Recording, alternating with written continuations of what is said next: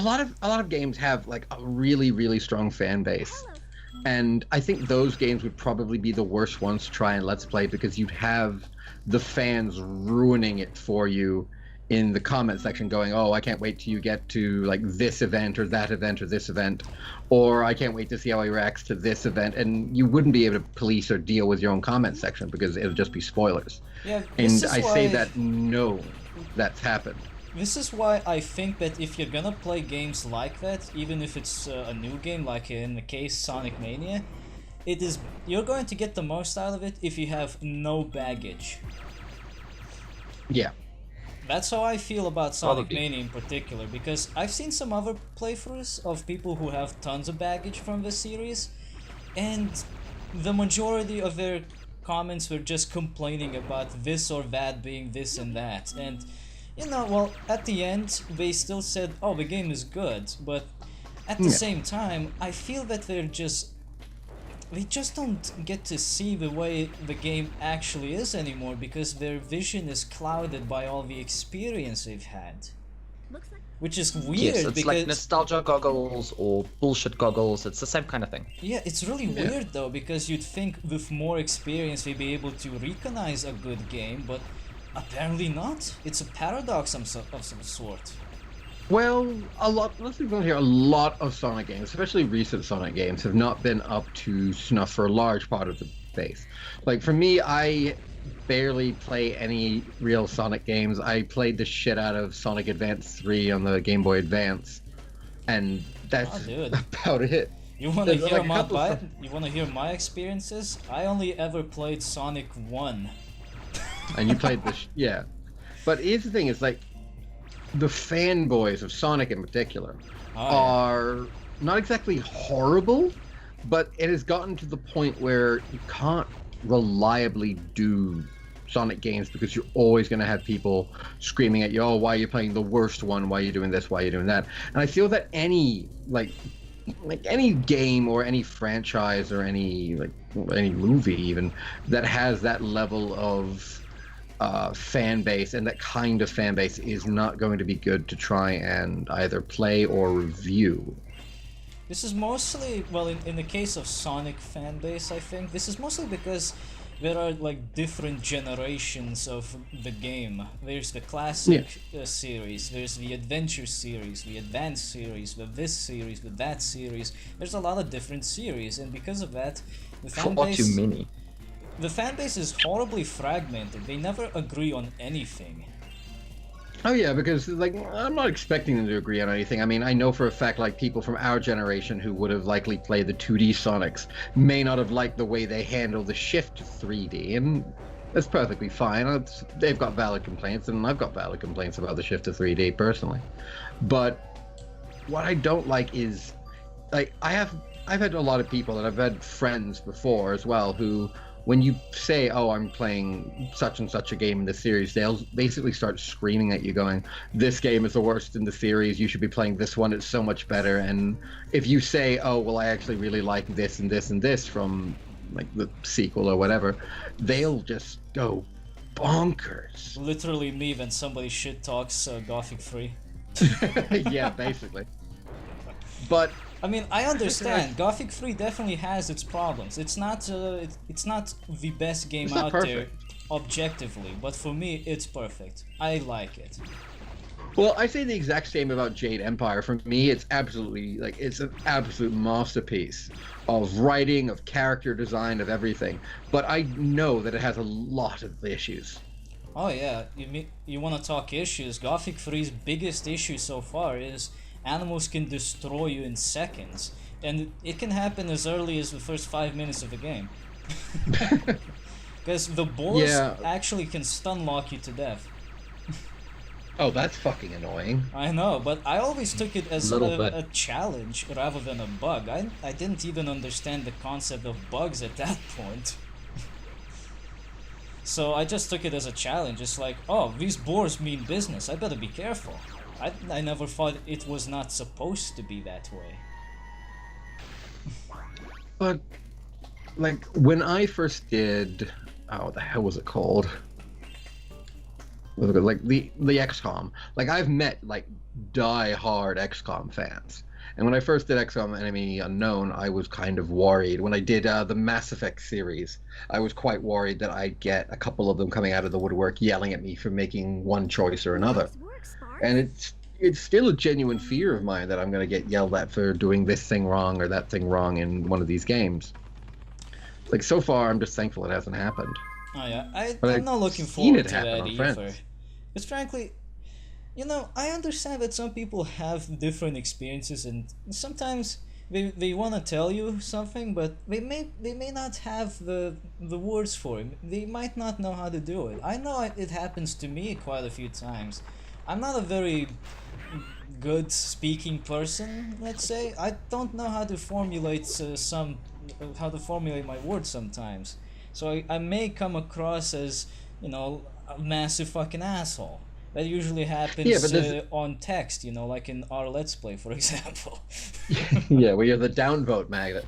Yep. Yeah, but there's a difference between, I love this level, but there's a difference between calmly explaining to somebody, I don't like the fact that you made this choice because yada yada yada, and going, screw you, faggot, you made this choice. Rah, rah, rah, rah, rah, rah, rah. You should have made this choice. This choice is the most optimal choice. Yeah, And, like, that is that's true. Oh, like there is a difference. Like I've gotten a friend of mine who calmly explained to me, oh, when you were in this part that I got stuck on, you should have done XYZ. And that's perfectly fine. I openly welcome you to say, hey, look, this is the solution to this puzzle you were stuck on.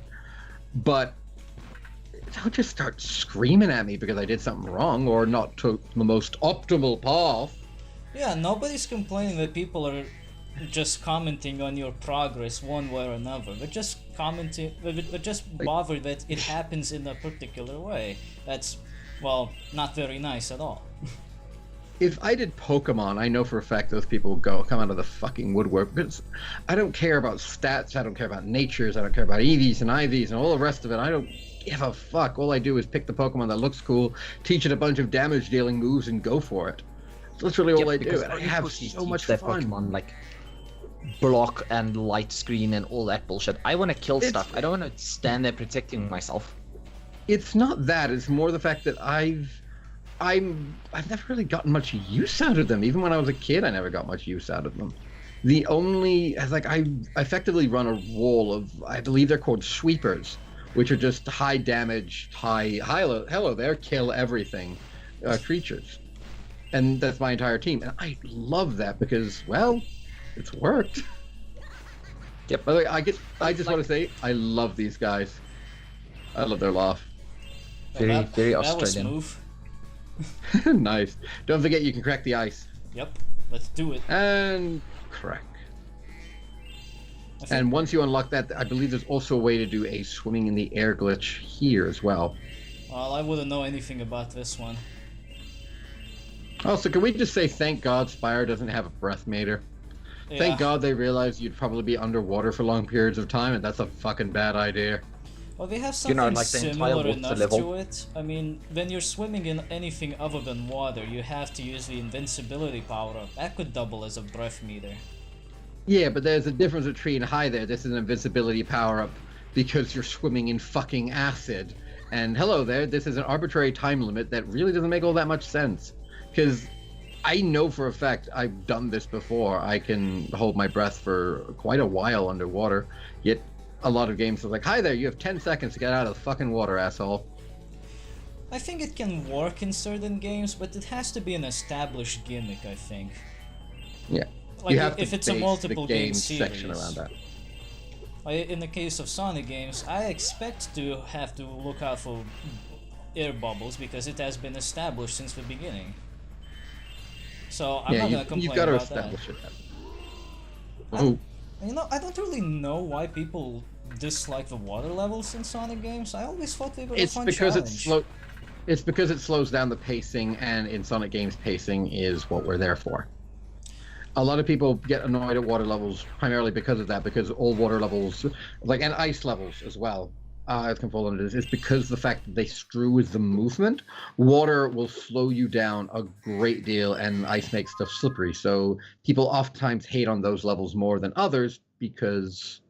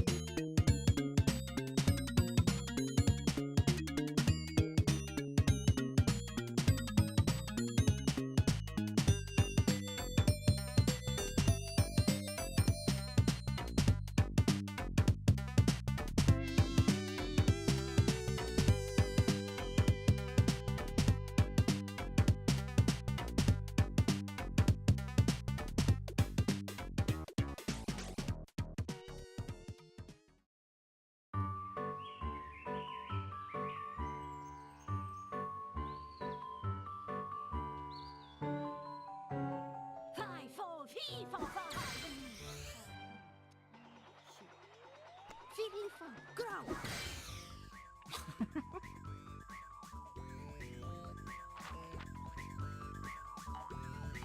Gagling, gaglo, gagloy.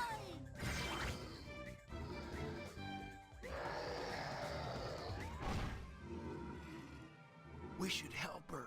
You're kidding, right? She nearly toasted you. Yeah, but she was aiming at you.